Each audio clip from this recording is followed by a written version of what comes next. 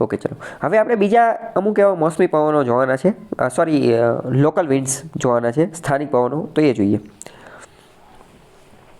હવે જો આપણે ઉપર જે લોકલ વિન્ડ્સ જોયા તો તમે વિચારી શકો ને કે એ તો જ્યાં દરિયા કિનારો હશે ત્યાં જોવા મળશે ને એવા પવનો, તો દરિયાથી જમીન ઉપર ને જમીનથી દરિયો કંઈ આખા બધે ન જોવા મળે, બરાબર, જ્યાં દરિયો હોય ત્યાં જોવા મળે. તો હવે બીજા પર્વતના અને ખીણના પવનો છે એના વિશે આપણે થોડો અભ્યાસ કરીએ. પણ પહેલાં તમે સમજી લો બે શબ્દ, એક છે પર્વત શબ્દ અને બીજો છે ખીણ શબ્દ. પર્વત માટે છે માઉન્ટેન અને ખીણ માટે છે વેલી. તો પહેલાં તમે વિચારીને કહો કે પર્વત કોને કહેવાય ને ખીણ કોને કહેવાય?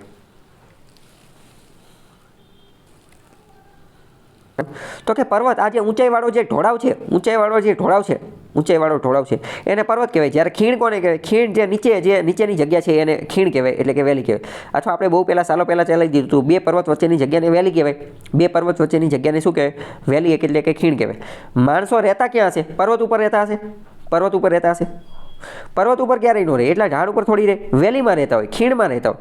એટલે તો નામ આપેલું છે ને કાશ્મીર વેલી, બરાબર, હિમાચલ વેલી, ઘણી બધી વેલી આવેલી છે. ઓકે, ચલો હવે આપણે આના આધારે થોડો અભ્યાસ કરીએ. હવે આપણે એના સંદર્ભમાં જોવાનું, બરાબર, પર્વતના ઢોળાવ અને પર્વતની ખીણના. તો નીચે આવી જાઓ પેજ નંબર 2ની અંદર. તો કે દિવસે ખીણ વિસ્તારો અને પર્વતના ઢોળાવ ઝડપથી ખાલી જગ્યા થાય છે. ચલો પહેલાં તમે વિચારો કે દિવસના સમયમાં ખીણ વિસ્તારો જે છે, ખીણ એટલે વેલી, બે પર્વત વચ્ચેની જગ્યા. તો દિવસે ખીણ જે છે એ ગરમ હશે કે ઠંડી હશે? અને પર્વતના ઢોળાવ એટલે કે ઊંચાઈ, પર્વતના ઢોળાવ એટલે કે પર્વતની ઊંચાઈ એ ગરમ હશે કે ઠંડી હશે? વિચારીને કહેવાનું તમારે. રાઈટ, બરાબર. ખીણ વિસ્તાર જે છે, ખીણ વિસ્તાર એ દિવસે કેવો હશે? એ ઠંડો હશે. જ્યારે ઢોળાવ જે છે એ ગરમ હશે. કેમ? કારણ કે ઢોળાવ ઊંચો હશે તો ફટાફટ સૂર્યપ્રકાશને એટ્રેક્ટ કરી શકશે. જ્યારે ખીણ સુધી તો સૂર્યપ્રકાશ પહોંચી જ નહીં શકે ને, ખીણ સુધી તો સૂર્યપ્રકાશ પહોંચી જ નહીં શકે. સૂર્યપ્રકાશ પહેલાં ક્યાં પહોંચશે? તો કે પહેલાં ઢોળાવ ઉપર પહોંચશે. તો ઢોળાવ ઉપર પહોંચશે તો એ તાત્કાલિક કેવો હશે? ગરમ હશે. જ્યારે ખીણ જે છે, ખીણ વેલી, ત્યાં સુધી સૂર્યપ્રકાશ પહોંચ્યો નહીં હોય, એટલે એ કેવું હશે? ઠંડુ હશે, બરાબર. હવે આને આપણે દબાણના સંદર્ભમાં જોઈએ. તો દબાણ ખીણમાં કેવું હશે અને પર્વતમાં ઢોળાવમાં કેવું હશે? ખીણમાં અને ઢોળાવમાં કેવું હશે એ વિચારીને કહો તો. રાઈટ, ખીણમાં કેવું હશે? ખીણમાં ભારે દબાણ હશે. જ્યારે પર્વતના ઢોળાવ ઉપર કેવું દબાણ હશે? અહીંયા હલકું દબાણ હશે, બરાબર. તો હવે પવન ક્યાંથી ક્યાં જશે? પવનો ભારેથી હલકા તરફ જશે તો કઈ બાજુ જશે? ખીણથી ઢોળાવ ઉપર જશે કે ઢોળાવથી ખીણ ઉપર જશે? તો જો નીચે એ જ વસ્તુ લખેલી છે. તો એની ખાલી જગ્યા લેવા ખીણની હવા પર્વતના ઢોળાવ તરફ ઘસી આવે છે. આમ ખીણમાંથી પર્વતના ઢોળાવો તરફ હવાના પ્રવાહો દિવસ દરમિયાન વાતા હોય છે. તો હવે આને નામ શું આપવું પડે? ખીણિયા પવનો કહેવાય, એટલે કે ખીણની લહેરો કહેવાય. ખીણના પવનો ખીણિયા લહેરો કહેવામાં આવે છે. ઓકે, ખ્યાલ આવ્યો? તો જો એ જ બધી વસ્તુ લખેલી છે, બરાબર. આપણે હવે ફોટો જોઈ લઈએ. ફોટો પેજ નંબર 1માં જ આપેલો છે, બરાબર. જો ફોટો તમે જોઈ શકો છો.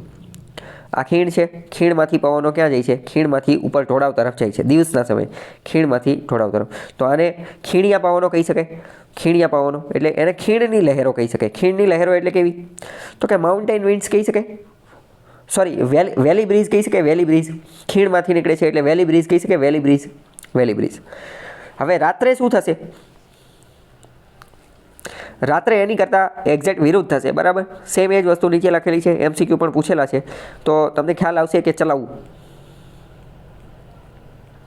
બરાબર. તો રાત્રે જે પવન જોવા મળશે એનું નામ શું હશે? એને પર્વતીય માઉન્ટેન વિન્ડ્સ અથવા માઉન્ટેન બ્રીઝ કહેવામાં આવશે, બરાબર. તો આવી રીતની બધી વસ્તુ છે, આખો ખેલ છે. પણ મેઇન વસ્તુ તમે ગમે એટલું ગોખો તમને કંઈ યાદ રહે નહીં, બરાબર. તમારે શું કરવું પડે? અન્ડરસ્ટેન્ડિંગ ક્રિએટ કરવી પડે. તો હવે આમાંથી પ્રશ્ન ગમે એવા પૂછાઈ શકશે. મોસ્ટ MP કેવા પ્રશ્ન પૂછાશે? તો કે વિધાનવાળા પ્રશ્ન પૂછાશે. દિવસે કયા પવન જોવા મળે? પર્વતથી ખીણ તરફ, ખીણથી ઓલા તરફ. રાત્રે કેવા પવન જોવા મળે?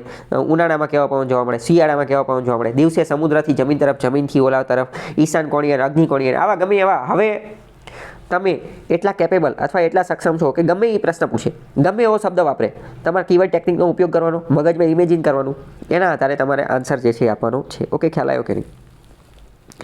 તો પર્વતીય પવનો આપણે જોઈ લીધા. બીજું મોસ્ટ ઇમ્પોર્ટન્ટ જે બુકમાં નથી આપેલું એ હું તમને ચલાવી દઉં. બરાબર, આ જે પર્વતીય પવનો અને ખીણ પવનો એટલે કે mountain breeze and valley breeze, એનું બીજું નામ પણ છે katabatic wind and anabatic wind. Katabatic wind and anabatic wind. ચલો, એક છે પર્વતીય પવનો.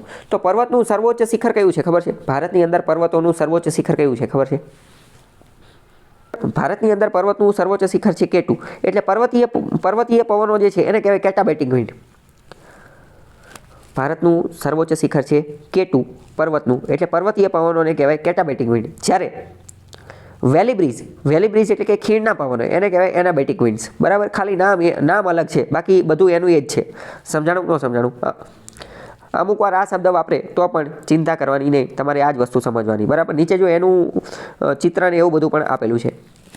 ઓકે, જો હા NCERTમાં છે. બરાબર, તો આ બધી વસ્તુ તમને ખબર હોવી જોઈએ. અત્યારે મેં તમને ઓલરેડી ઘણી બધી વસ્તુ ચલાવી દીધી છે. બાકી જો તો પણ ન ખબર પડી હોય તો આ કેટાબેટિક વિન્ડ અને એનાબેટિક વિન્ડ એ બધા ઉપર અને આ પર્વતીય પવનો, વેલી બ્રિજ એ બધા ઉપર મેં 2-3 વર્ષ પહેલાં પણ એક વિડીયો બનાવેલો હતો. એ જોઈ લેજો તો પણ તમને ખ્યાલ આવી જશે. પણ હું એવું માનું કે અત્યારે જ ખબર પડી ગઈ હશે. બરાબર, નીચે બધું લખેલું છે એ પણ એકવાર વાંચી લેજો. બરાબર.